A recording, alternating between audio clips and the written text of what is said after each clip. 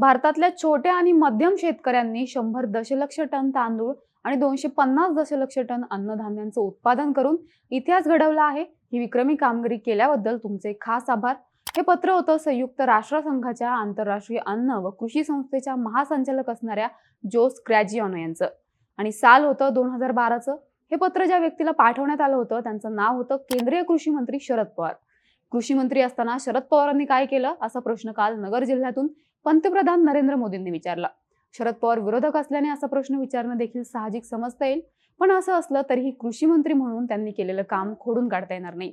पवारांनी कृषी मंत्री म्हणून नेमकं काय केलं, पवारांमुळे भारताच्या कृषी क्षेत्रात काय घडलं, पाहूया या व्हिडिओच्या माध्यमातून. नमस्कार, मी नम्रता आणि आपण पाहताय बोलभिडू. 23 मे 2004 रोजी शरद पवारांनी देशाच्या कृषी मंत्री पदाची धुरा हाती घेतली. ते केंद्रात मोदी सरकार विराजमान झाल्यानंतर म्हणजे 26 मे 2014 रोजी ते केंद्रीय कृषी मंत्री पदावरून पायउतार झाले. एकूण 10 वर्ष 3 दिवस इतका प्रचंड कालावधी शरद पवारांना कृषी मंत्री म्हणून मिळाला. आता यापूर्वीची यादी पाहिली तर लक्षात येतं की सलग 5 वर्ष असा एकही कृषी मंत्री देशाला आजवर मिळालेला नव्हता. म्हणजे शरद पवार कृषी मंत्री होण्यापूर्वी ते खातं साईडलाईनला असल्यासारखं होतं. शरद पवारांकडे कृषी खातं कसं आलं याचा उल्लेख करताना प्रणब मुखर्जी म्हणाले होते की 2004 साली युपीए आकारास येत असताना मी शरद पवारांकडे गेलो होतो. संरक्षण, परराष्ट्र, गृह किंवा अर्थ अशी खाती शरद पवार मागतील असा अंदाज आम्हाला होता. मात्र शरद पवारांनी कृषी खातं मागितलं हे माझ्यासाठी आश्चर्य होतं. मात्र कृषी मंत्री पदाची धुरा हाती घेताना शरद पवारांनी एक अट टाकली होती. यापूर्वी कृषी क्षेत्राशी निगडीत पशुपालन, अन्न प्रक्रिया, अन्न व नागरी पुरवठा, ग्राहक कल्याण, जलसंधारण अशी खाती वेगवेगळ्या नेत्यांकडे असत. कृषी क्षेत्रावरचा आधारित असणाऱ्या या खात्यांचे मंत्री वेगवेगळे असल्याने यात समन्वय होत नसायचा. त्यामुळे पवारांनी पहिलं काम काय केलं तर कृषी मंत्री पद स्वीकारताना ही सगळी कृषी संलग्न खाती आपल्याकडे येतील याची काळजी घेतली. त्यानंतर पवारांनी केलेलं पहिलं काम म्हणजे कृषी वैज्ञानिकांची बोलावलेली बैठक. या बैठकीत शरद पवारांच्या लक्षात आलं की कृषी क्षेत्रात संशोधनच होत नाहीये. ICAR ही कृषी संशोधनाचा कणा होती. ICAR व संबंधित कृषी संशोधन संस्थेत एकूण 5000 कृषी संशोधन काम करतात. शरद पवारांनी जेव्हा या संस्थांचा आढावा घेतला तेव्हा लक्षात आलं की 500च्या वर वरिष्ठ संशोधकांच्या जागा रिक्त आहेत. कृषी संशोधन हा विषय सरकारने मनावर घेतलेला नाहीये. अर्थात वरिष्ठ कृषी संशोधकांची टीम तयार करून शरद पवारांनी सर्वात पहिल्यांदा या रिक्त जागा भरल्या. त्यानंतर शरद पवारांचा मोर्चा वळला तो फूड अँड ॲग्रिकल्चर अर्थात FAO या जागतिक पातळीवरच्या संस्थेकडे. या संस्थेत जगभरातले शास्त्रज्ञ एकत्र येऊन काम करतात, त्यामुळे व्यापकता वाढते. याच संस्थेअंतर्गत भारतात वेगवेगळ्या संस्था कार्यरत असतात. उदाहरणार्थ डाळीवर संशोधन करणारी ICRISAT संस्था. शरद पवारांनी इथे जगभरातल्या संशोधकांसोबत भारतीय संशोधकांनी किमान 3 महिने काम करण्याची अट टाकली. त्यानंतर तिसरा निर्णय घेतला तो म्हणजे ICAR या संस्थेअंतर्गत येणाऱ्या 80 संस्थांना स्वायत्तता दिली. यापूर्वी कोणत्याही संस्थेला काम करायचं असेल तर मंत्रालयात जाणं, कामाच्या फाईल सादर करणं व निधी मिळवणं अशी किचकट प्रक्रिया होती. शरद पवारांच्या निर्णयामुळे 80 संस्था वर्षातून एकदाच आपलं धोरण कळवू लागल्या. त्याचवेळी वर्षाचा संपूर्ण निधी मिळू लागला आणि संशोधक काम मंजूर करून घेण्यापेक्षा काम करणं या गोष्टीकडे अधिक लक्ष देऊ लागले. देशातल्या प्रमुख संस्था बळकट असतील तर खालपर्यंतच्या कृषी संशोधक संस्थांचा विकास करता येऊ शकतं हे सामान्य तत्व होतं.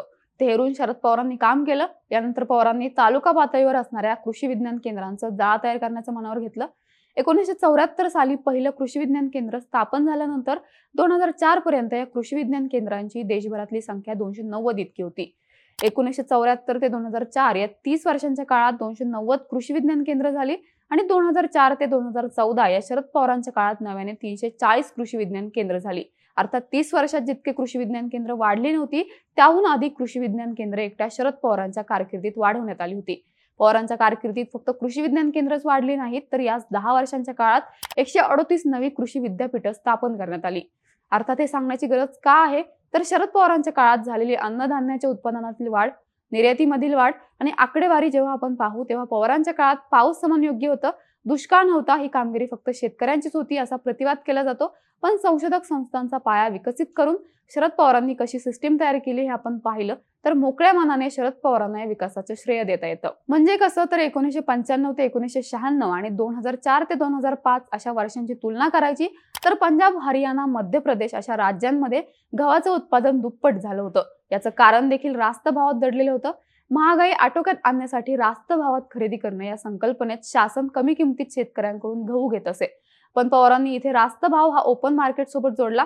त्यातही बोनसची संकल्पना राबवण्यात आली. म्हणजे जेव्हा व्यापारी शेतकऱ्यांकडून 200 रुपयांनी गहू घेत असेल तर FCI शेतकऱ्यांना बोनसमधून 220 रुपये देऊ लागली. या संकल्पनेचा फायदा झाला आणि शेतकऱ्यांनी चांगली किंमत मिळते म्हणून गव्हाचं उत्पादन घेण्यास सुरुवात केली. याच संकल्पनेचा वापर तेलबियांच्या उत्पादनात झाला.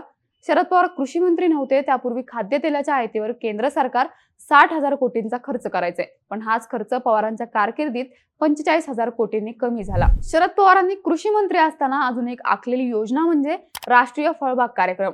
पवार मुख्यमंत्री होते तेव्हा पवारांनी रोजगार हमी योजनेची सांगड फळबागेसोबत घातली. याचा परिणाम म्हणजे कोकणात आंबा, नागपुरात संत्री अशी फळबाग वाढली. राष्ट्रीय फळबाग योजनेची आकडेवारी म्हणजे 2003 ते 2004 साली 48.8 दशलक्ष मेट्रिक टन असणारं देशाचं फळाचं उत्पादन पुढच्या 8 वर्षात 78 दशलक्ष मेट्रिक टन इतकं झालं. फळांच्या उत्पादन वाढीचा आजवरचा ग्रोथ रेट वार्षिक 1.53% होता. पवारांच्या काळात तो 6.4% झाला. भाजीपाल्यांचं उत्पादन 2003 साली 143 दशलक्ष टन होतं ते 2013 साली 235 दशलक्ष टन इतकं झालं होतं. जी गोष्ट शरद पवारांच्या कारकिर्दीत गहू व फळ पिकांची झाली तीच गोष्ट तांदळाची झाली. केंद्रीय योजना या पूर्वापार तांदूळ पीक घेणाऱ्या राज्यांसाठी आखल्या जात असत. शरद पवारांनी bringing green revolution to eastern India हे धोरण आखलं. ओडिसा, पश्चिम बंगाल, झारखंड, छत्तीसगड, आसाम अशा राज्यांसाठी तांदूळ उत्पादनासाठी खास योजना, सवलती तयार करण्यात आल्या. पूर्व भारतात त्यामुळे मोठ्या प्रमाणात तांदूळ उत्पादन झालं. याचा परिणाम म्हणजे शरद पवारांच्या काळात भारत तांदूळ निर्यात करणारा जगातला सर्वात मोठा देश म्हणून स्थान मिळालं.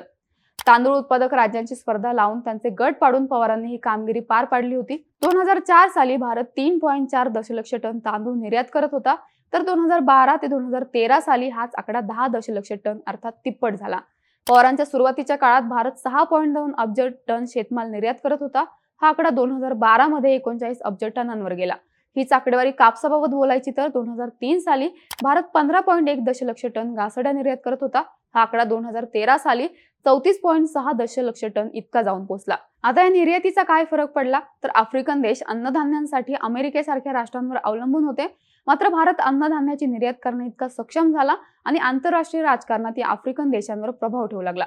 पण हे काही एका दिवसात नक्कीच झालं नव्हतं.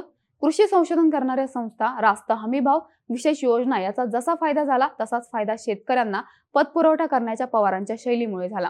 शेतकरी एका अर्थचक्रात अडकलेला आहे. कर्ज काढून शेती आणि उत्पादनातून पुन्हा कर्जफेड हे चक्र शेतीचं होतं. पवारांनी कर्जमाफी केली, त्याची आकडेवारी, त्याचे परिणाम हे अनेकदा आपण ऐकलेत. पण त्यापुढे जाऊन पवारांनी काय केलं तर शेती कर्जावरचा व्याजदर 12% 4% आणला. सोबतच केरळ, महाराष्ट्र, पंजाब, हरियाणा अशा राज्यांमध्ये 3 लाखांपर्यंतची कर्जफेड मुदतीत केल्यास 0% व्याजदर घोषित करण्यात आला. शरद पवारांच्या निर्णयाचा फायदा शेतकऱ्यांना कसा होत गेला याचं एक उदाहरण सांगायचं तर 2003 ते 2004 साली वर्षाला 1,71,657 ट्रॅक्टर खपले जात होते. तेच 2013 ते 2014 साली 6,34,151 इतके विकले गेले. पवारांच्या कारकिर्दीत हा आकडा 600% वाढला. पवारांच्या काळात तांदळाचा हमीभाव 138%, गव्हाचा 122%, कापसाचा 114% तर सोयाबीनचा 198%, तुरीचा 216% वाढला होता. आता ही आकडेवारी व चर्चा देखील बरोबरची ठरते, कारण एक संस्था हेरून शरद पवारांनी 10 वर्षात कसं काम केलं हे सांगणं ही मोठी गोष्ट ठरते. त्यामुळे शरद पवारांनी कृषी मंत्री असताना काय केलं असं विचारून पवारांचं काम एका रात्रीत खोडता येत नाही. अर्थात दक्षिणेकडील राज्यातून भाजपला सर्वाधिक धोका आहे. त्यातही विंध्येंच्या अलीकडचे शरद पवार हे एकमेव सत्ताधारी शेतकरी नेते ठरतात जे उत्तर भारतातल्या शेतकऱ्यांवर देखील प्रभाव पाडून आहेत. अशावेळी पवारांच्या कृषी मंत्री पदाच्या कारकिर्दीवर फुली मारल्यास भाजपला फायदा होतोच. फक्त राजकारणात पवारांनी दिलेले योगदान शून्य होऊ नये म्हणूनच ही माहिती सांगण्यात आली. आपल्याला ही माहिती कशी वाटली ते कमेंट करून नक्की सांगा आणि अशाच माहितीपूर्ण व्हिडिओसाठी बोलबिडीच्या YouTube चॅनलला सबस्क्राईब करायला विसरू नका.